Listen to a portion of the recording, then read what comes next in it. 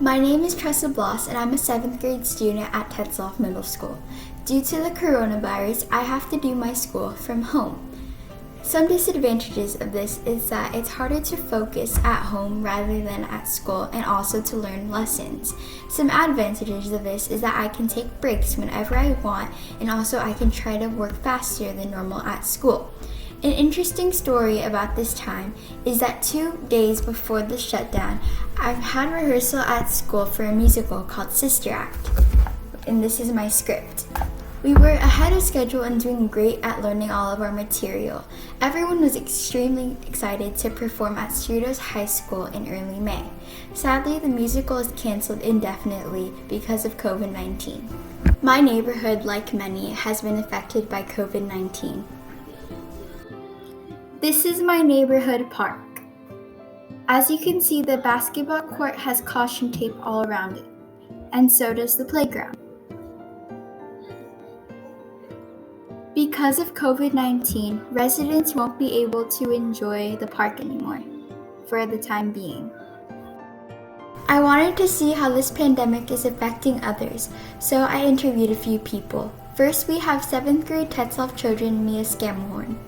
It has impacted me because it makes me stay inside all the time and we're quarantined and we can't go out at all. The positive part about being at home is that I can sleep in and spend more time with my family. Next, I contacted my mom's friend, Ava Cipriano. She's a pediatric nurse and I wanted to see how life's been in the hospital. So the way that the coronavirus has impacted me, luckily I am still able to go to work. I'm a pediatric nurse on a respiratory floor.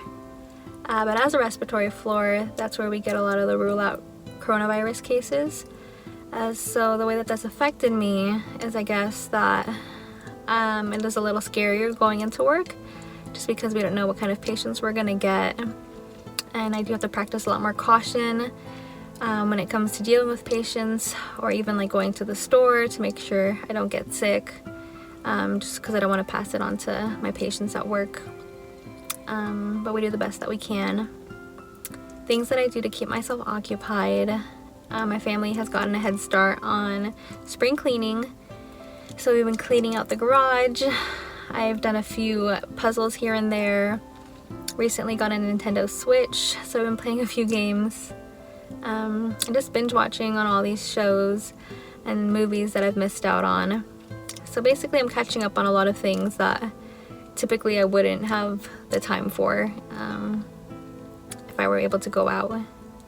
The best part about being at home is being able to spend time with my family.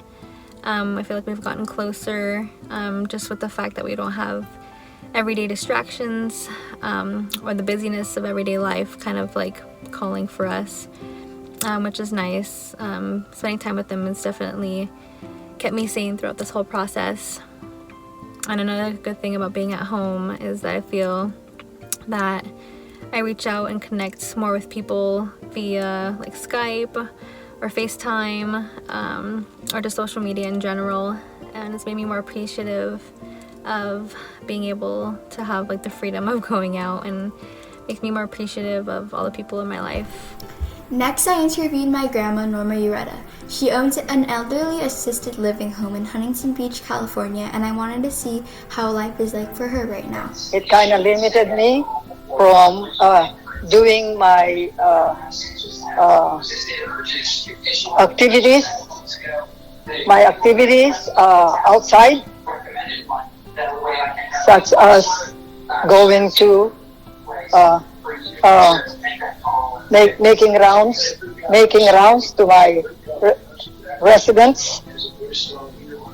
rounds to my residents at the elderly facility.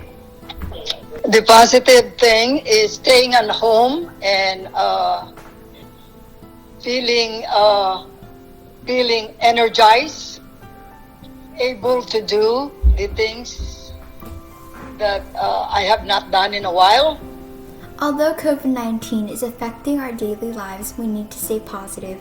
We'll learn many valuable lessons from this time as it will go down in history books. This time may be scary, but it will soon pass and things will go back to normal as soon as possible.